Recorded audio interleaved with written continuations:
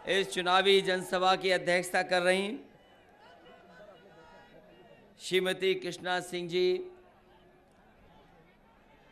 यहाँ पर हमारे साथ मंच पर उपस्थित समाजवादी पार्टी के वरिष्ठ नेता आदरणीय रामजिया सुमन जी, मंच पर उपस्थित सरकार के मंत्री राम सकल गुर्जर जी, शिव कुमार राठौर जी, राजपाल कश्यप जी, राम आश्रय कुशवाहा जी, जिलाध्यक्ष राम साई यादव जी, आरपी सिंह जी, राजेंद्र जी,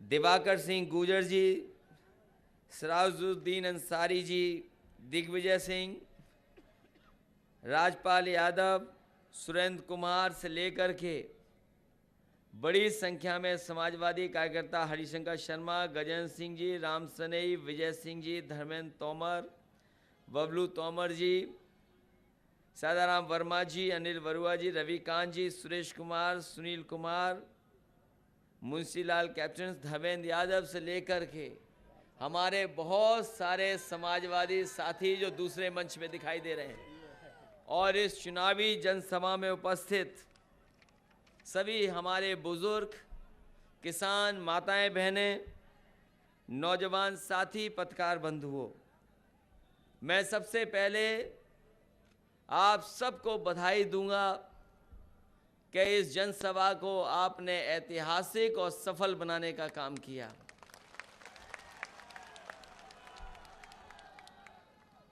ये क्षेत्र बिल्कुल इटावा से लगा हुआ क्षेत्र है और हमारे साथी जो बाहर के होंगे, एक दो दुकान वाले ज़रूर जानते होंगे कि जब कभी मैं धौलपुर जाता था तो यही बहा की मोड़ से और राजा खेड़ा होकर के धौलपुर स्कूल में जाने का मौका मिलता था। हालांकि उस समय राजनीति में नहीं थे, उस समय लोग पहचानते भी नहीं होंगे। ये बहा बिल्कुल करीब इटावा हमारे गांव घर के पास की विधानसभा है। अभी जब आदरणीय रामजिया सुमन जी कह रहे थे कि बहा की जनता से उनका बहुत पुराना रिश्ता है, और जैसे ही उन्होंने कहा कि बहुत पुराना रिश्ता है, यकीन मानिए मुझे वो थाने वाली बात याद आ गई। ये आदरणीय रामजिया सुमन जी ने पता नहीं कौन सा ऐसा चक्कर चलाया कि हम लोगों को थाने में सोना पड़ा रात भर। हालांकि एक कविता एक ने साथी ने सुनाई थी, अब वो पता नहीं कहाँ होगा, उस थाने में उसने एक कविता सुना दी थी और उसका असर ऐसा रहा कि रात भर हम लोग थाने में हंसते हंसते काट दिया थाने का समय।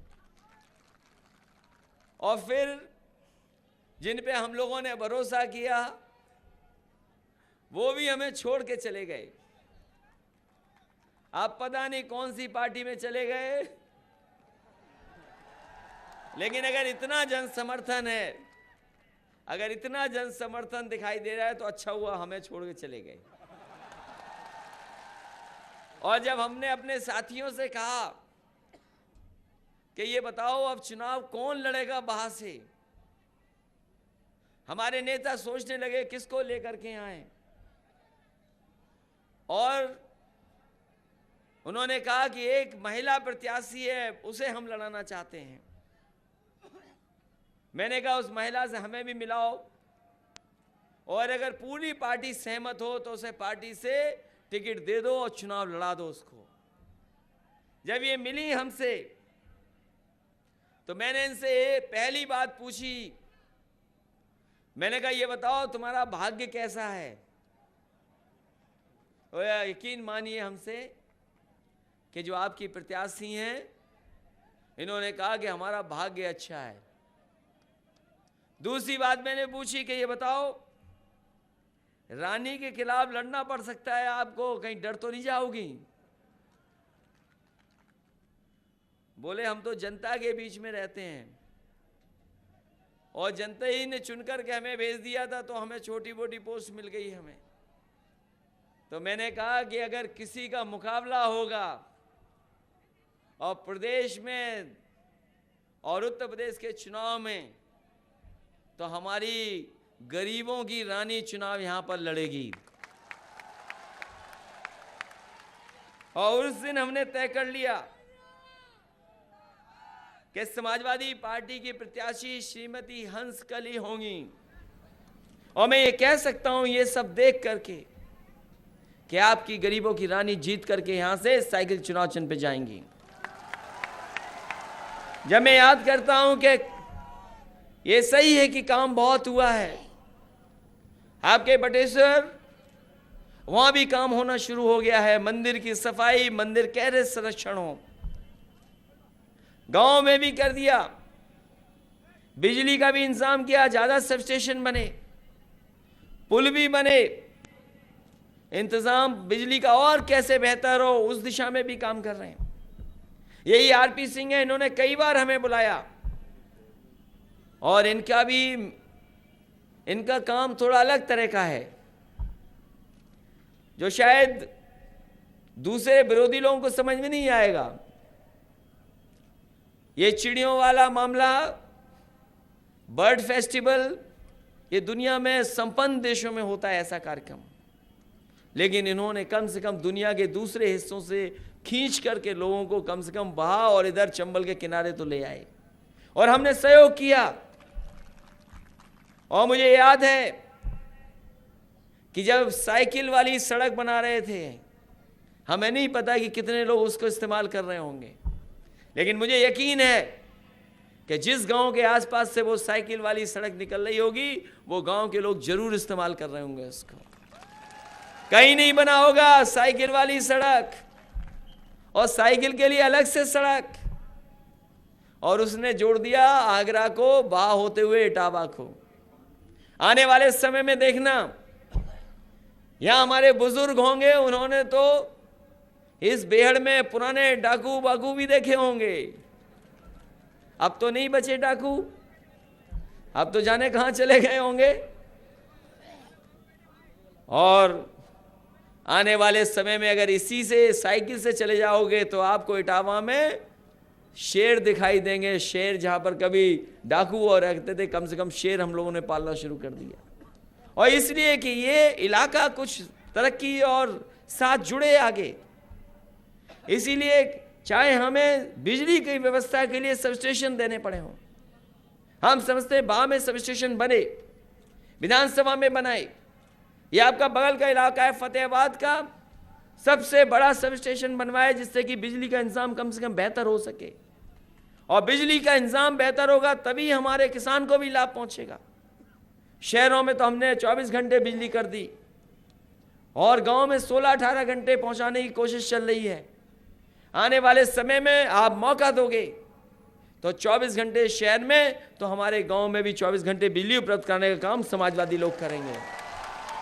साथ ही साथ जो हमारी लाभकारी योजना है वो हमने बांट के दिखा दी। हम तो कहते बीजेपी के लोगों से, बताओ अब तो बजट आपका ये वाला भी चला गया, दिल्ली वाला बजट, अगर गरीब और किसान के लिए कुछ किया हो तो बताओ, कोई एक काम बताओ जो तुमने किया हो गरीबों के लिए। और क्या किया? 500,000 रुपए बंद कर दिए, लोगों को लाइन में लगा दिया, कह दिया कि भ्रष्टाचार और काला धन आ जाएगा। मैं पूछना चाहता हूं कि अब तो आंकड़े आपके पास हैं, अब तो 500 रुपया पुराना वाला 1000 रुपया किसी गरीब के पास बचा ही नहीं। बताओ बाकी लोग किसी के पास पुराना 500,000 रुपए है कि नहीं है? वो तो सब जमा हो गया, सब जमा करा लिया। अब तो शायद पूरे देश का पैसा आपके पास है।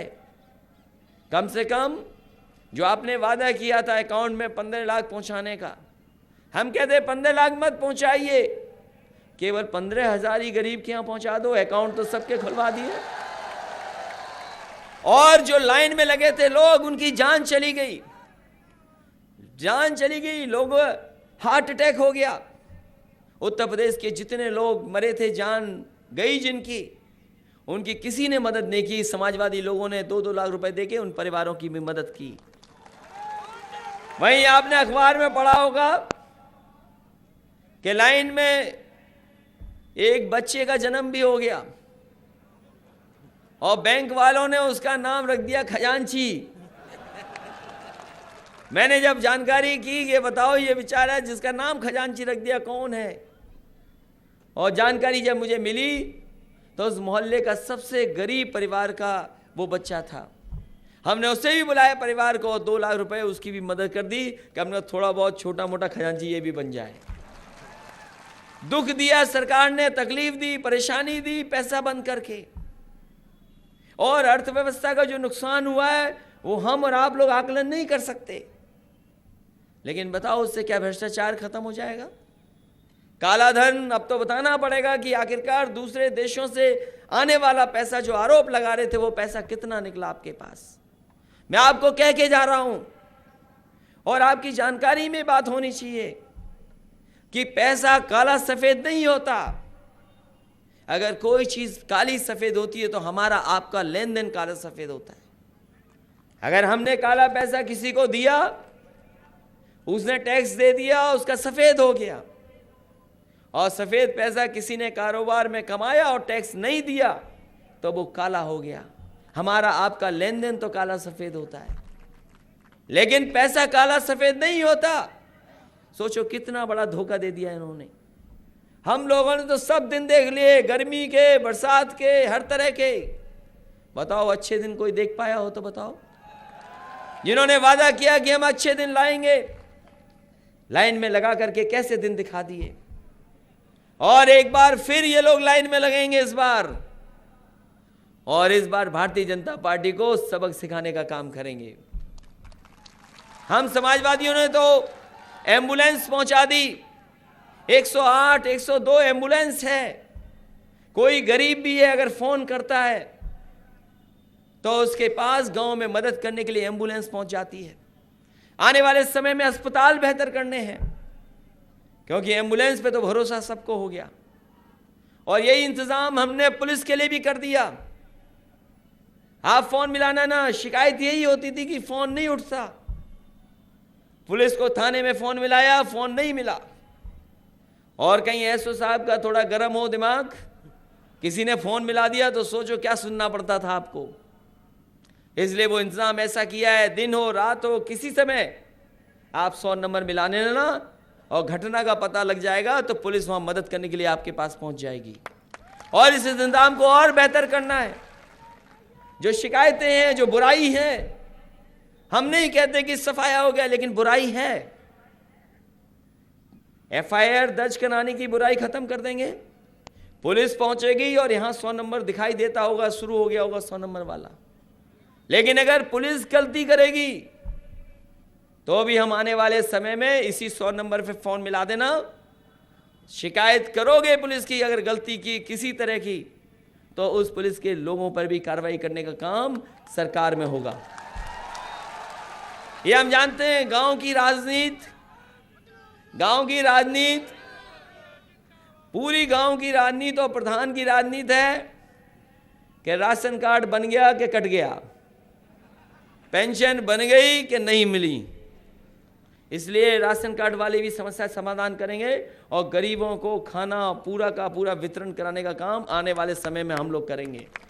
और दूसरा पेंशन वाला, पेंशन के लिए तय किया है कि गरीब परिवार की महिलाओं की मदद के लिए पेंशन, अभी 55 लाख महिलाओं को हम पेंशन दे रहे, और इस बार घोषणा पत्र में लिख दिया है कि 1 करोड़ जितनी भी पेंशन पाने वाले लोग हैं और बढ़ा करके जो छूट गए हैं, क्योंकि कई बार पेंशन, विधवा पेंशन अलग है, विकलांग पेंशन में कुछ और मिलता है, आपकी समाजवादी पेंशन में 500 रुपये महीना दे रहे हैं, तो सब पेंशनों में और जो छूट गए हैं पहले ही 1 करोड़ लोगों को 1000 रुपया महीना देने का काम तमाम पेंशन वालों को करने का काम समाजवादी लोग करेंगे। ये इंतजाम कर रहे हैं। स्कूलों में हमने अभी ड्रेस दी, बैग दिया है, बर्तन दिए हैं, ये हफ्ते में 1 दिन दूध फल भी दिया है। आने वाले समय में तय किया है कि 1 लीटर घी और मिल्क पाउडर भी बच्चे जो गरीब हैं उनको देने का इंतजाम सरकार की तरफ से होगा। और हमारी गरीब माताएं बहनें जो गांव में खाना बना रही हैं उनके लिए तय कर लिया कि प्रेशर कुकर भी देने का काम समाजवादी लोग करेंगे, जिससे उनका जल्दी खाना बन जाए। ये इंतजाम कर रहे हैं हम लोग।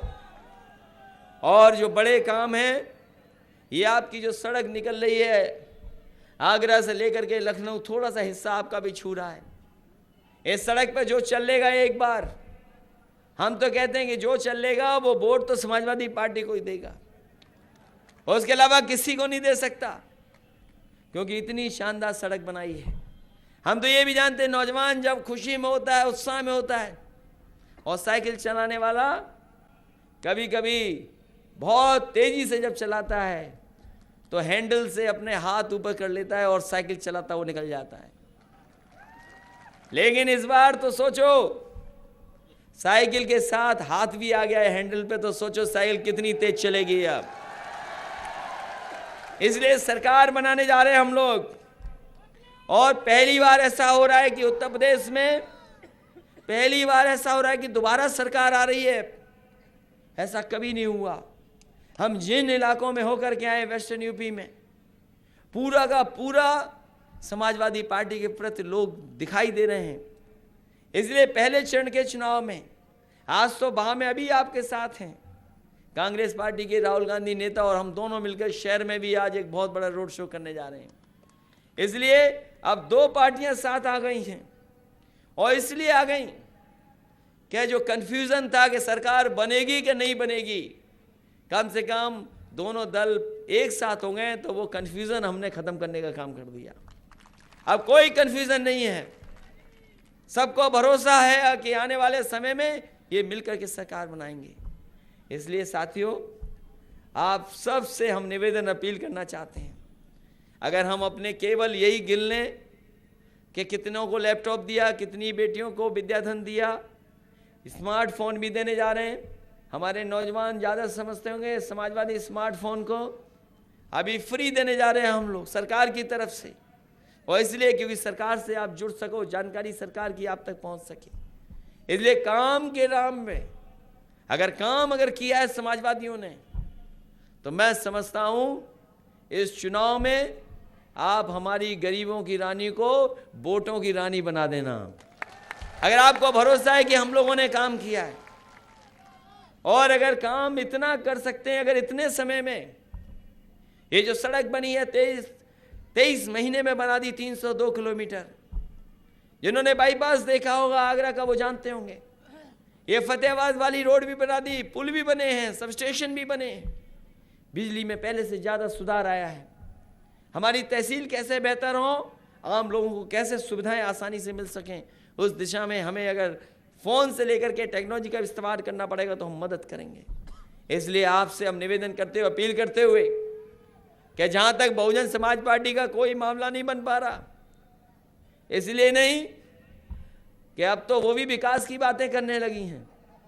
अखबार आप पढ़ लो, जैसे आगरा में एक अजूबा है ताजमहल, वैसे ही समझ लो बहुजन समाज पार्टी के नेता अगर विकास के लिए बात करें तो वो भी एक अजूबा ही है।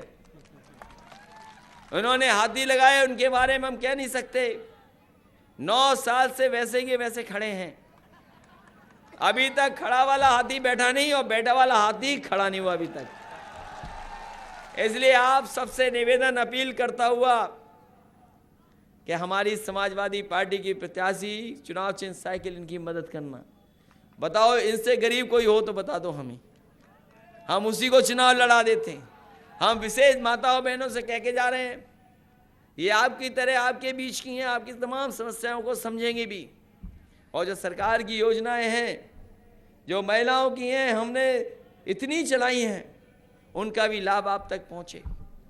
इसलिए इस चुनाव में कम से कम आधी आबादी वाले तो मदद करें इनकी। आधी आबादी तो वैसे ही मदद कर रही दिखाई दे रही है हमें, लेकिन जो आधी आबादी नहीं आई है वो तो कम से कम मदद करें। इसलिए ये चुनाव सरकार का चुनाव समझते हुए, हमारा चुनाव समझते हुए, क्योंकि हम आपके बगल के हैं और इस इलाके को आगे बढ़ाना चाहते थे, और नहीं बनाना चाहते तो बताओ हम साइकिल की सड़क क्यों आपकी विधानसभा के बीच से निकाल के जाते। हम कहते हैं सरकार रहेगी, हम और अच्छा काम करेंगे। न जाने कितने गांव उससे जुड़ गए होंगे, उस साइकिल हाईवे से जुड़ गए होंगे, सड़क से जुड़ गए होंगे, बिजली का इंतजाम पहले से बेहतर हुआ होगा। कम से कम टूरिस्ट इस इलाके में भी आ जाए और हमारे किसानों को क्या सुविधा दे सकें, क्योंकि किसानों के लिए समय पर बीज खाद उपलब्ध कराना, किसान दुर्घटना बीमा पहले 5 था 7.5 लाख करने जा रहे हैं हम लोग। इसी तरह किसान के सामने कभी बीमारी एक्सीडेंट के समय इलाज कराना पड़ेगा तो पूरा का पूरा सरकार से हम लोग मदद करने का काम भी करेंगे। किसानों के लिए अलग से बजट में पैसा रख करके अगर कभी देवी आपदा आ जाए, किसी कारण फसल का नुकसान हो जाए या उसकी मदद करनी पड़े, तो पहली बार किसानों के लिए बजट से अलग से पैसा निकाल करके उनके लिए रख करके किसानों को मदद पहुंचाने का काम भी समाजवादी लोग करेंगे। और इसलिए हमारे आदिराम साहब सुमन जी कह रहे कि बा को गोद ले लो। यकीन मानिए 2 जगह तो हम गोद ले सकते हैं, एक ताजमहल के आसपास और बहा और अपने इधर तक, क्योंकि ये इलाका हमें पता नहीं क्यों अच्छा लगता है। ये बताओ, अरे कोई मुख्यमंत्री आया हो तो बता दो इतना बहा में, जहां इस गांव में कार्यक्रम कराने के लिए बताइए, और इस इलाके को कैसे आगे बढ़ा सकें, जो खोई हुई चीजें उनको कैसे ला सकें वापस। ये इलाका क्योंकि इटावा और हमारा जुड़ा हुआ है बिल्कुल, जो भौगोलिक दृष्टि से मैं समझता हूं ये पूरा का पूरा क्षेत्र एक तरह का है, इसलिए सुविधा देना, किसानों को मदद करना, ये हमारी प्राथमिकता होगी। वहाँ के लोगों को मदद करना, इससे बेहतर प्रत्याशी कोई नहीं हो सकता जो आपके बीच में हमेशा बना रहेगा। इसलिए समाजवादी पार्टी को जिताना, मदद करना, इनका सहयोग दे करके हमें कम से कम उत्तर प्रदेश में दोबारा काम करने का मौका दे देना। दोबारा मौका दोगे तो इससे ज़्यादा बेहतर काम करने का काम हम समाजवादी लोग करेंगे, क्योंकि तमाम नौजवान हैं जिन्हें अभी नौकरी और रोजगार के लिए रास्ता निकालना है, क्योंकि आबादी के हिसाब से इतने पिछड़ चुके हैं हम लोग। इसलिए अगर जब तक कोई ऐसी सरकार नहीं बनेगी जो सबको लेकर के और विकास के रास्ते पे ले जाने का काम न करे, तो शायद हम समझते हैं इतने बड़े पैमाने पे खुशहाली नहीं आ पाएगी। इसलिए जीवन में परिवर्तन लाने के लिए, हर व्यक्ति को खुशहाल हो उस तरफ ले जाने के लिए कम से कम साइकिल की मदद करना, चुनाव चिन्ह साइकिल को जिता देना, यही आपसे हमारा निवेदन है। हमारी गरीबों की रानी को एक बार ज़्यादा वोट दे करके वोटों की रानी बना देना, आप सबसे यही निवेदन, यही धन्यवाद, आपको बहुत बहुत बधाई।